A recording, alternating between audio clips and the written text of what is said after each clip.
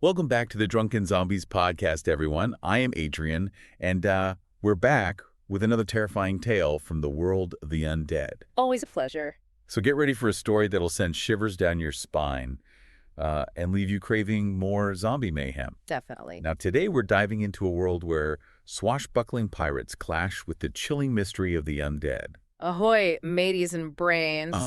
Yeah, something like that. So before we set sail, if you're enjoying these daily doses of dread, be sure to hit that rate button and follow the Drunken Zombies podcast wherever you get your podcasts. Spread the zombie love. All right, so Julia, as always, our resident expert on all things undead, is here to help us navigate these treacherous waters. Glad to be aboard, Adrian. So let's set the scene. Our story follows the infamous Captain Elias Lucky Thorne, a cunning pirate with a reputation for, well, luck. A fitting name for a pirate. You think right.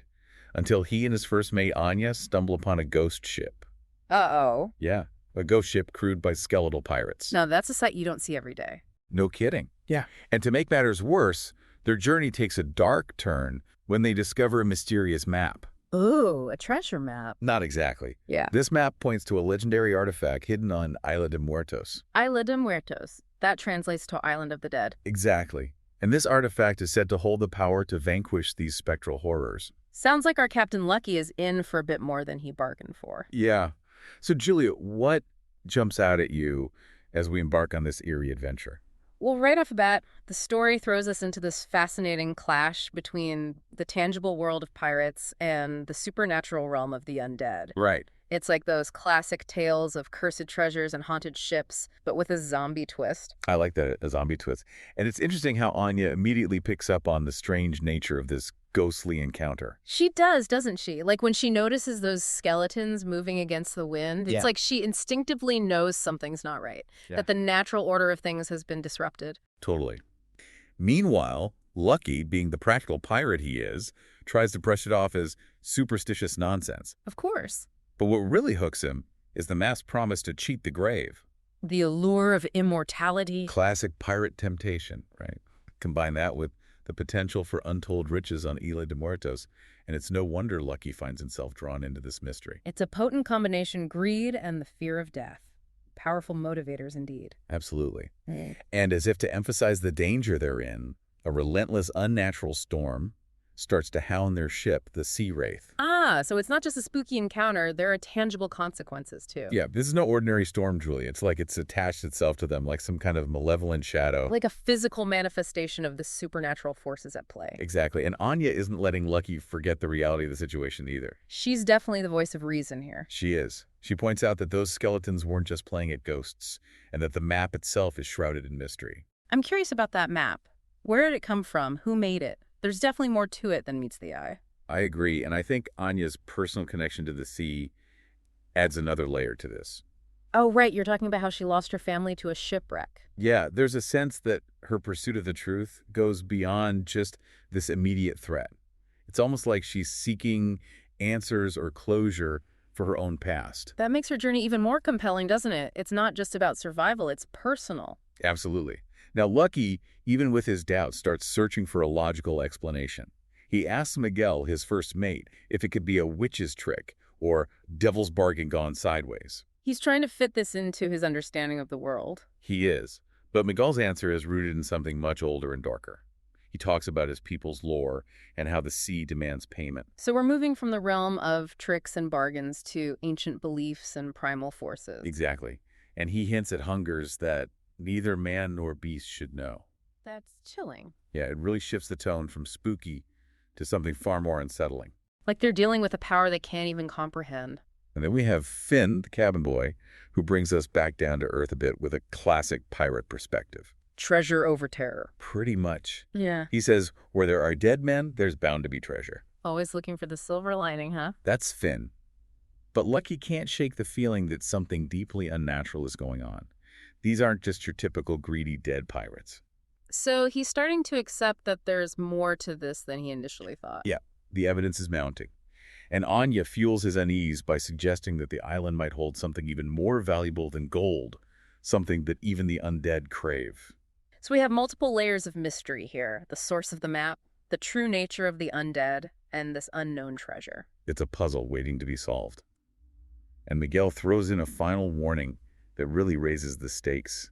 He says, it ain't just gold we'll have to fight for, maybe our very souls. So this isn't just a treasure hunt, it's a battle for their very essence. It is, and the danger becomes all too real when they finally reach Isla de Muertos. What's it like?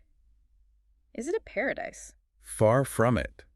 Imagine a desolate wasteland. No lush beaches or swaying palm trees? None. Just twisted skeletal trees and a sky that's a sickly shade of yellow. That sounds oppressive. It is. There's not even the sound of birds. Just an eerie silence that hangs heavy in the air. I bet even Lucky is having second thoughts now. Oh, he is. He exclaims, maps lie or the world's gone daft. It's like stepping into a nightmare. It is. But Anya offers an intriguing theory. She says the map might be speaking in secrets. Maybe it's pointing to the right island, but not the right time. So like a time warp or a dimensional rift. Yeah. It adds another layer to the already unsettling atmosphere. And how does Miguel react to all of this? Miguel, ever the pirate, spots an old shipwreck amidst the eerie landscape. And his treasure hunting instincts kick in? Of course. He's like, treasure before safety. Even in the face of the supernatural pirate's gonna pirate. I guess so. But exploring the wreck, they find something far more disturbing than treasure. Was it? It's a scene of utter carnage. More bodies than bullion. The ship is described as a museum of macabre violence. That's grim. Yeah, it's clear that whatever happened here, these poor souls didn't go down without a fight. So the stakes are getting higher and higher. They are. Yeah. But Anya's determination to find answers only strengthens. She's not giving up. Nope. And Lucky, while shaken, agrees to press on. So they venture deeper into the heart of the island. They do, and the journey inland is fraught with danger. They encounter monstrous insects, and Miguel, even the bravest of the crew, starts moving with uncharacteristic caution. The island itself seems hostile. Yeah, it's like every step they take leads them closer to something sinister. And then what happens? They stumble upon a clearing, and there in the center stands an ancient stone temple. A temple on this desolate island. Yeah, it's a strange sight. And even stranger is the figure standing on a blood-stained dais within the temple. Who is it? It's a spectral woman. Not a rotting zombie. No, this is something different. She's described as having an ageless face and piercing silver eyes. She sounds more like a spirit or a ghost than a typical undead. Exactly. And she immediately challenges them with a question. What did the living seek amongst the echoes of the dead? I bet Lucky's bravado disappeared pretty quickly. You bet. He stumbles over his words, trying to explain that they're seeking a way to end the threat of the skeletal pirates. Is she sympathetic? Not exactly. She sees right through them. She accuses them of yearning for power, the same power that binds those restless souls. So it's not as simple as good versus evil. No, it's more complex than that. Miguel. Miguel even steps forward and pleads for peace, not power. He's recognizing the potential for corruption. He is.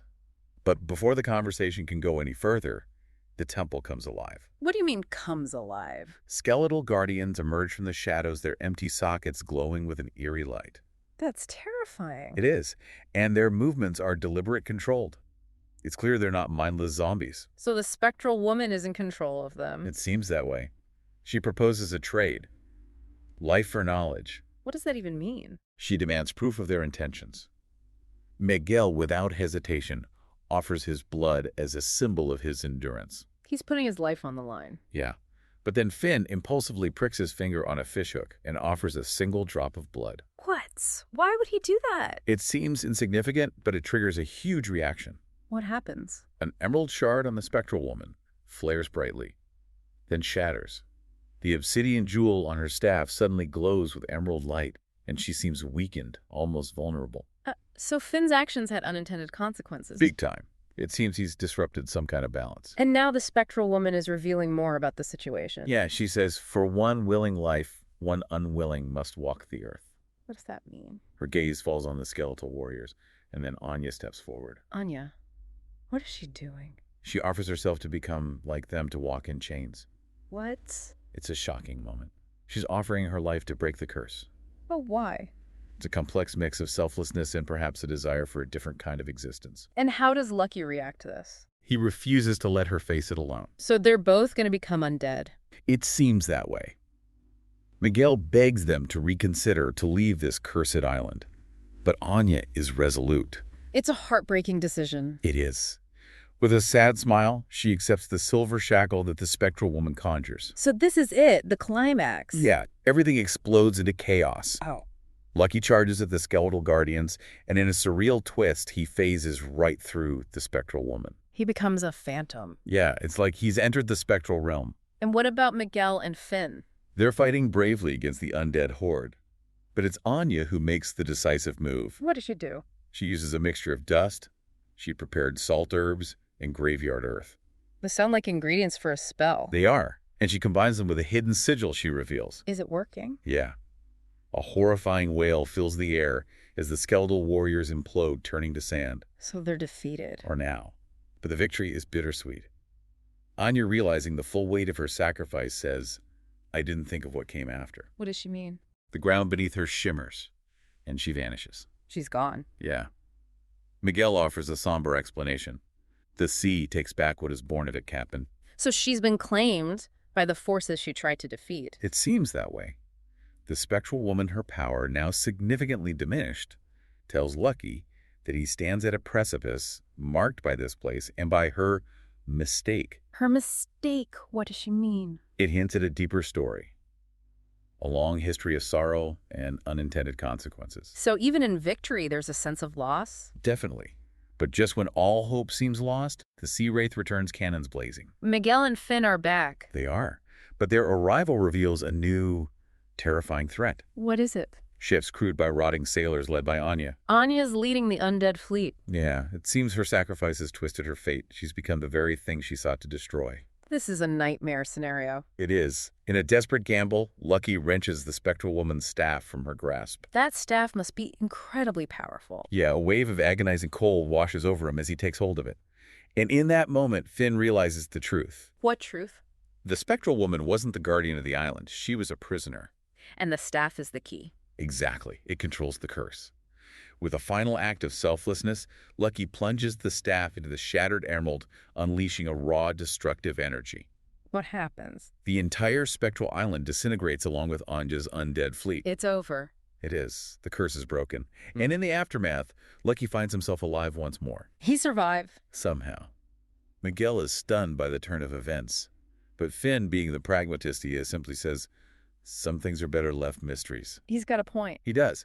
There's a shared understanding between Lucky and Finn about the sacrifices made and the losses they've endured. It's a heavy burden to carry. It is. But as they sail away, Lucky says, "The dead may have their depth, lad, but it's the living we choose to sail with." It's a powerful statement of resilience. It is. It's about choosing life even after facing the darkest depths of death. So what are your final thoughts on this tale, Julia?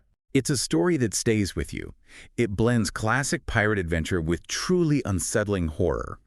And it forces us to confront the mysteries that lie beyond our understanding. It does, doesn't it? It makes you question what truly lies at the bottom of the ocean and the limits of our own mortality. Exactly.